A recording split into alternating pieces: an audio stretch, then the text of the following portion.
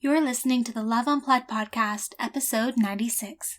Today on Self Saturdays, I'm chatting about my experience being hard on myself and what I do to work through the feelings that come to surface in those situations. I know many of us experience this, so I'm hoping that this helps you as well. So without further ado, let's jump on in. Hey there, I'm your host, Jessica Fergon, and I am passionate about doing the inner work needed to reach your goals. Let me be your guide as we navigate all the fears and insecurities that surface when it's time to step outside of your comfort zone. Along with my knowledgeable guests and industry experts, I'm here to teach you how to reawaken your life purpose and passion and create the steps to turn your intentions into action. Ultimately, my goal is to empower you to rise above those blocks holding you back and start living a life that you are worthy and deserving of. So come on, it's time to slow down, find a comfy spot with your favorite organic tea, and get inspired. Thank you for tuning in to the Love Unplugged podcast.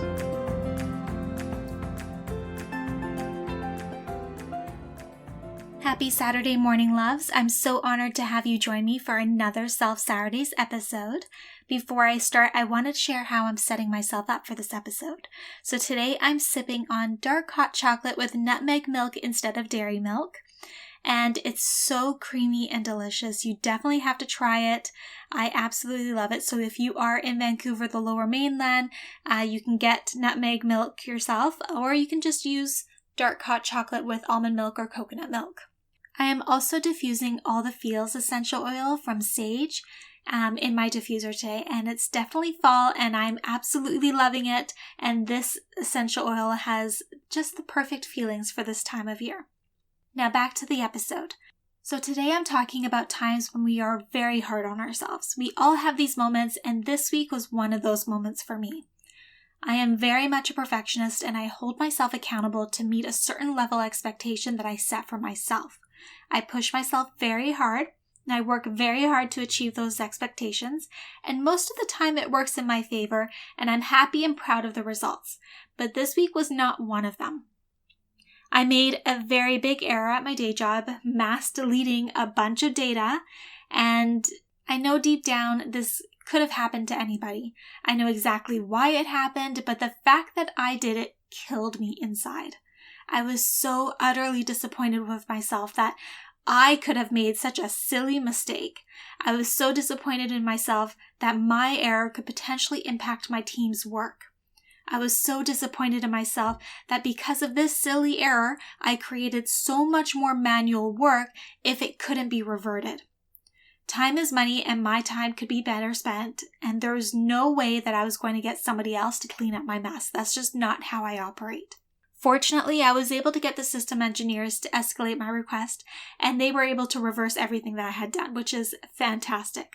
But still the feelings were there, and they didn't just go away because I had fixed the issue.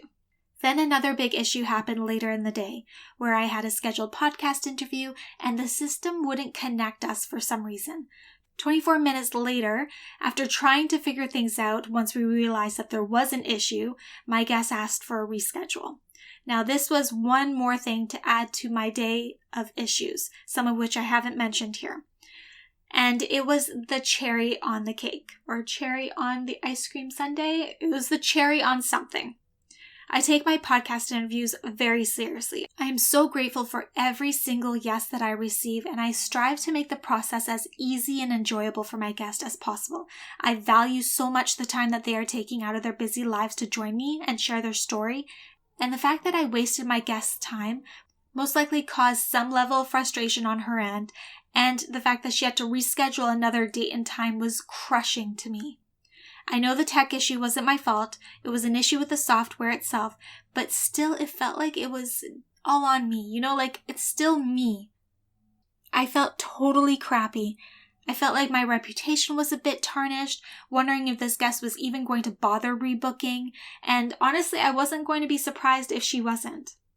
After this long day of issue after issue, I felt completely drained. I was criticizing myself, my abilities, and I broke down into tears. And then I realized, Jessica, come on. Shit happens, right? Tech issues are not your fault. They happen. The error you made could have happened to anyone, and you were able to quickly get it fixed, and you owned up to it, which is exactly what you would want yourself to react in a situation like this. You did your very best today, and that is all that is needed from you. Now, this is something that happens more than it doesn't with me. So I've learned a few things to do when I get into this place that helps me come out of it. First of all, I let myself cry because an emotional release is super healthy, and that's just how I work. I just need to let it all out. I reach out to a loved one, which helps me get perspective because often in situations like this, I have zero perspective. I did a yoga stretch to clear my head and to get into a present moment by focusing on my breath. I took a shower and I took some time to pamper myself. So I did a mask, I did a hair treatment, I trimmed my nails, and I just took the time to really care for myself. I meditated on everything that I did right and how I handled the situations, but also what I learned from the day. So what could I do next time that wouldn't end in that result? And then I put on a good show and I relaxed. I put everything away. I had this whole night planned of all this work that I wanted to do, but I was not in the right mindset for it. So I put it aside and I just chilled out. I thought this was very important to bring up because I know so many struggle with this as well. We have never-ending to-do lists. We push ourselves to the max. We set high expectations for ourselves. And then when we don't live up to them, we feel like a failure. But we aren't. We are showing up every single day. We're doing the work, even if it's just one thing on that to-do list at a time. And we are doing our very best. And that is good enough. So that wraps up another Self-Saturdays episode. I hope you guys enjoyed it, and I would love to hear your thoughts on these episodes. Are you liking them? Is there a certain topic you want to hear from me on? I definitely want to know. I love connecting with you all, so please reach out to me and share your thoughts. You can do so by either leaving a review on the episode itself and let me know what you guys think there, or you can head over to my Instagram. My handle is @ProjectLoveCo and send me a DM. You can also connect with me through my website at www.projectloveco.com and sign up for my love letters where you'll receive my best advice, practices, and tools that I use to change my own journey of self-discovery. And right now, I have my very first freebie available to you, my 14 Steps to Self-Love.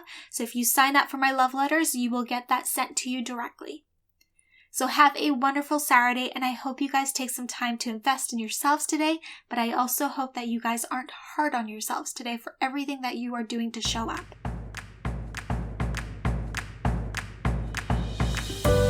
I'm Jessica, and thanks for tuning in today to Love Unplugged, the podcast.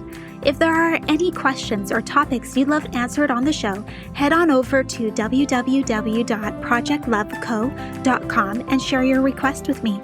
If you haven't yet, go to iTunes and subscribe, rate, and review this podcast and share it with a loved one. Your feedback means the world to me, and the community we've created is what fuels our discussions here. After all, this is all for you. Join me next time for another unplugged conversation.